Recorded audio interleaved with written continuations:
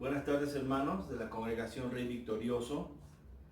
Es un gusto mandarles un abrazo, un saludo muy cordial este domingo 21 de junio del 2020. Vamos a aprender hoy un poco más de la palabra del Señor, y el anhelo de mi corazón es que sirva para cada uno de nosotros, me incluyo yo, para nuestro crecimiento espiritual, para conocerle más al Señor, para poderle servir mejor.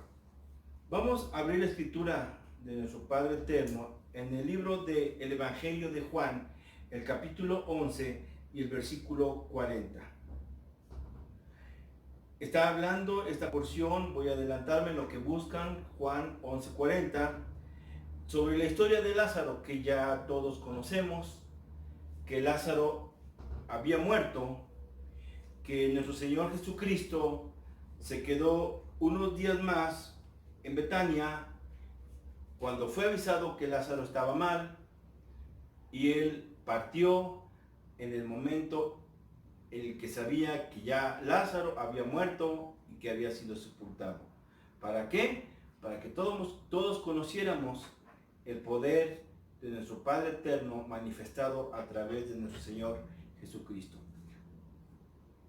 Dice la palabra en Juan 11:40, cuando Marta le dice que para qué iban a quitar la piedra del sepulcro cuando su hermano Lázaro tenía ya 4 días de muerto y ya hedía, ya apestaba, en otras palabras. Y nuestro Señor Jesucristo, nuestro Señor Yeshua, le contesta: no te he dicho que si crees verás la gloria de Dios. En esta mañana vamos a ver algo de creer antes que ver. Quiero invitarte a que cierres tus ojos. Padre, te damos gracias, Dios eterno, en esta mañana por la palabra que tú has puesto en nuestro corazón, Señor. Yo te pido, Padre mío, que cada hijo tuyo, cada corazón dispuesto a aprenderla, a entenderla, Señor, sea, Padre, para bendición de sus vidas, Señor. Padre, gracias por todo lo que nos das, por cada momento, por cada bendición, cada gozo que tú nos das en nuestro corazón. Gracias por esta palabra, para gloria tuya, Señor. La leemos, la aprendemos, Dios. Manda tu Espíritu Santo, mi Dios, para que nos guíe, nos enseñe, Padre, esta porción de tu palabra bendita. En el nombre de Yeshua, nuestro Señor y Salvador. Amén, Señor. Dice ahí en 11:40 que el Señor Jesucristo le contesta a Marta que si creemos vamos a ver la gloria de Dios.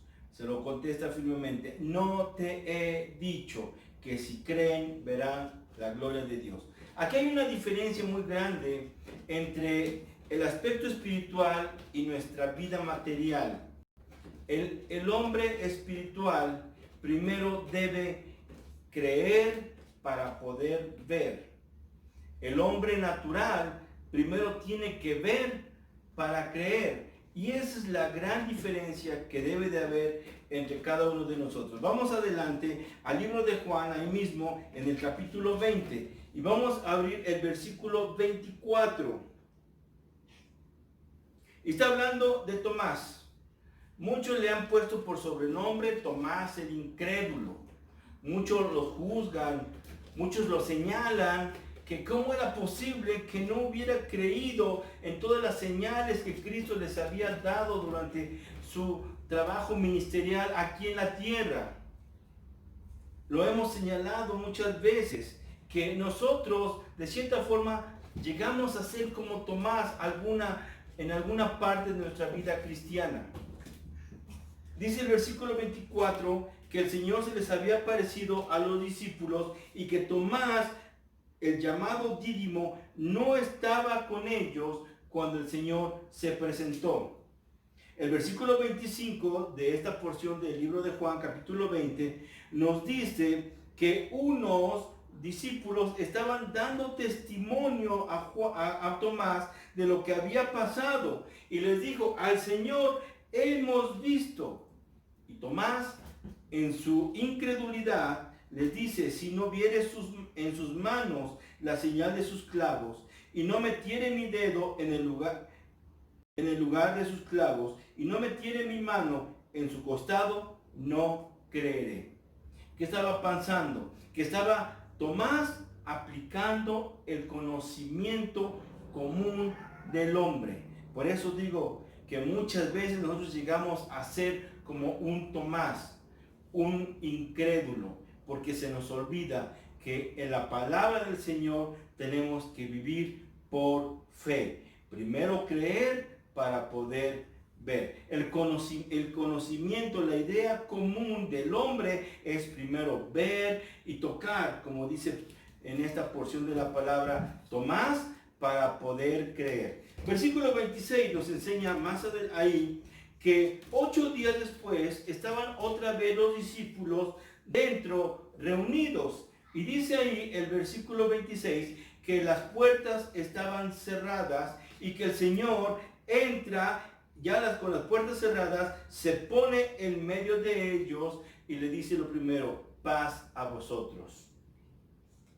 Y el Señor inmediatamente en el versículo 27 se dirige a Tomás y le dice: Tomás, pon aquí tu dedo y mira mis manos, y acerca tu mano y métela en mi costado, y no seas incrédulo, sino creyente. El Señor esta mañana nos está llamando a nosotros a renovar nuestra confianza en Él, y nos está diciendo: no sean incrédulos, sino sean creyentes.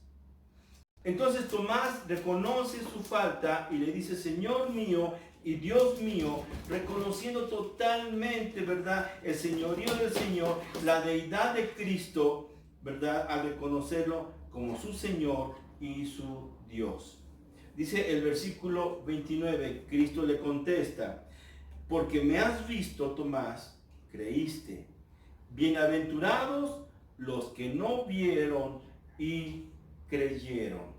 Hay una bendición para todos aquellos que no habían visto al Señor, pero que sabían que estaba vivo y que había resucitado. Esa misma bendición es para nosotros, el creer antes que ver. Vamos al libro de Marcos. 2 libros antes donde estamos: Mateo, Marcos, Lucas y Juan. Marcos capítulo 1, por favor, en el versículo número 40. Y la palabra del Señor nos enseña a aprender ahora de un hombre leproso. Un hombre que estaba viviendo con una enfermedad de muerte, la lepra. Este hombre tenía prohibido, como ya sabemos, acercarse al pueblo, acercarse a las ciudades, no andar entre la gente. Mas sin embargo, dice la palabra que vino a Cristo un leproso. Dice versículo 40, vino a él un leproso rogándole, e hincada la rodilla le dijo: si quieres puedes limpiarme. Yo veo aquí 4 cosas bien importantes. La primera dice: vino a él un leproso. Este leproso no se limitó, este leproso no tuvo miedo de ser castigado, de ser expulsado o incluso azotado por haber infringido la ley en haberse acercado a la multitud. Este leproso no tuvo compasión o autolástima, ¿verdad? No se anduvo quejando: ay, es que estoy enfermo, es que soy un leproso, es que no me van a hacer caso. Sino que él tuvo una decisión, una seguridad y la confianza de llegar delante de Cristo. Y dice ahí, número 2, rogándole. Número 3, hincada la rodilla, totalmente humillado ante Cristo. Y la cuarta parte que aquí veo muy importante, le dice: si quieres.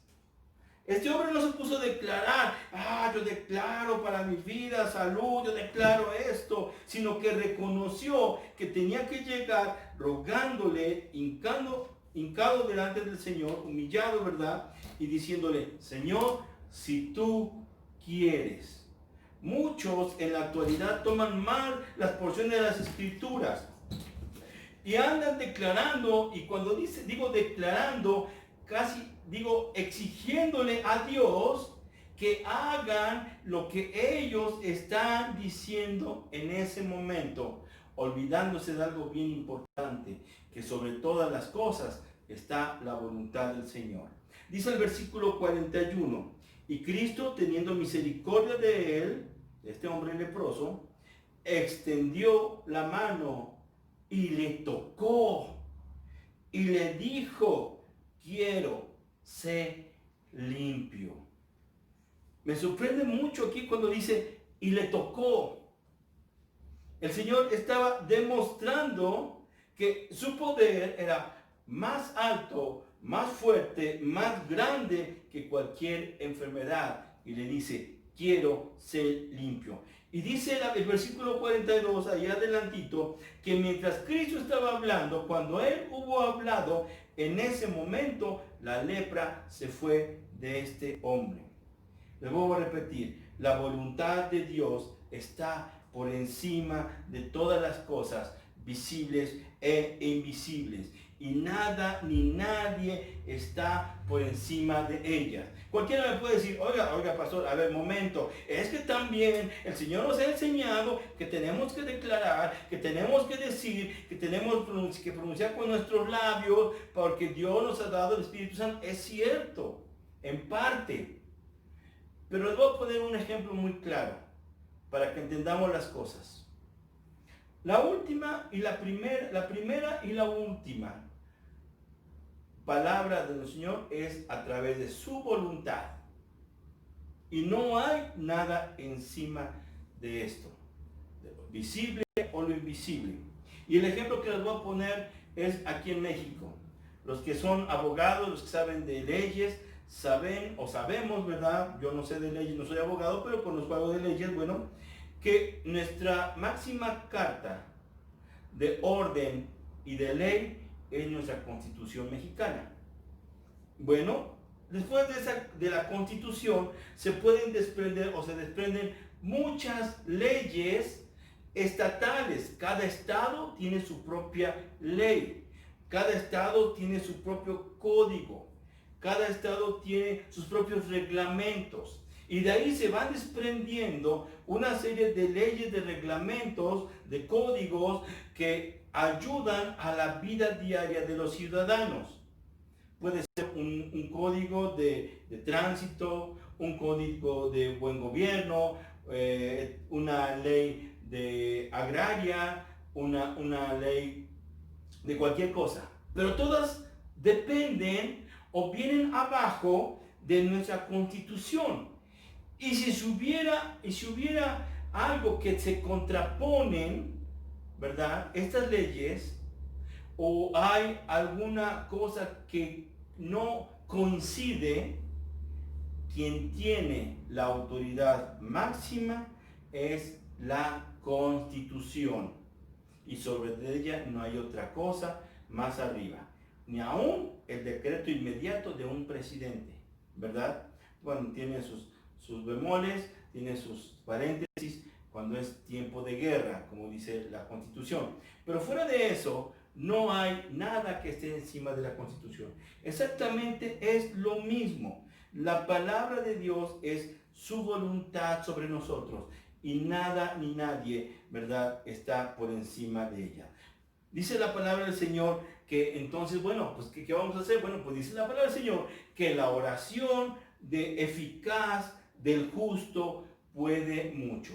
Y para que lo busquen en casa, esto está en el libro de Santiago, en la última porción de versículo número 16. La oración eficaz del justo puede mucho. ¿Y cuál es una oración eficaz? La que viene con humildad, como este hombre leproso, la que venimos delante del Señor con humildad, la que viene con súplica. Dice que este hombre se hincó, que puso su rodilla sobre la tierra para pedirle al Señor, y la que viene con confianza, como este hombre, entre paréntesis, fe. Dice, ¿cuál oración? La del justo. ¿Y quién es justo? Los que hemos sido justificados por el sacrificio de nuestro Señor Jesucristo. Ahora vamos a ver la palabra del Señor en el libro de Juan, en el capítulo 4 del libro de Juan, el versículo 16. Mateo, Marcos, Lucas y Juan. Juan 4, 16. Perdón, 46, perdón, discúlpenme. 4:46.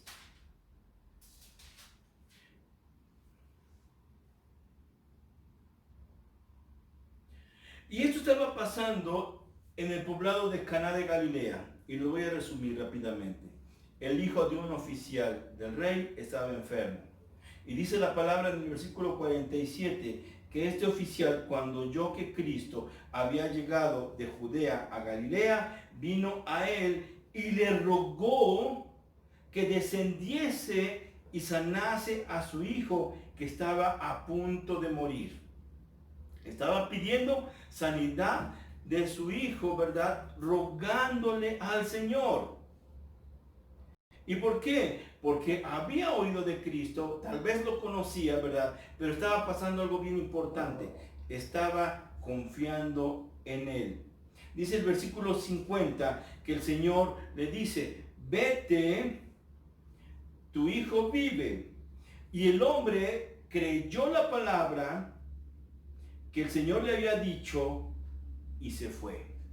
Versículo 51. Cuando ya él descendía, sus siervos salieron a recibirle y le dieron nueva diciendo, tu hijo vive.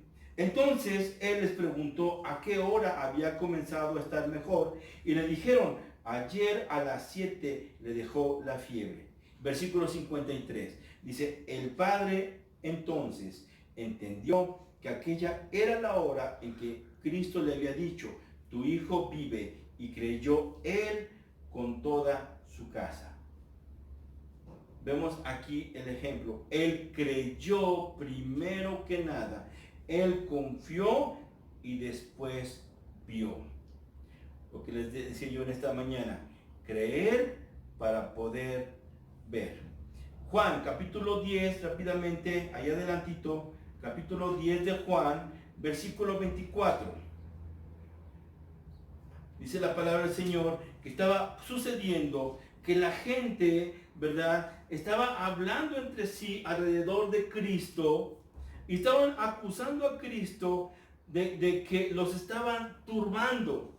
¿Por qué? Porque ellos querían, por su falta de fe, querían oír del mismo Jesucristo las palabras que dijeran, yo soy el Mesías. Y le dicen en el versículo número 24, y le rodearon los judíos y le dijeron, ¿hasta cuándo nos turbarás el alma? Si tú eres el Cristo, dínoslo abiertamente.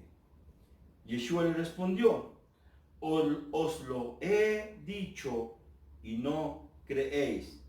Las obras que yo hago en nombre de mi Padre, ellas dan testimonio de mí. Pero vosotros no creéis porque no sois de mis ovejas, como os he dicho. Mis ovejas oyen mi voz y yo las conozco y me siguen.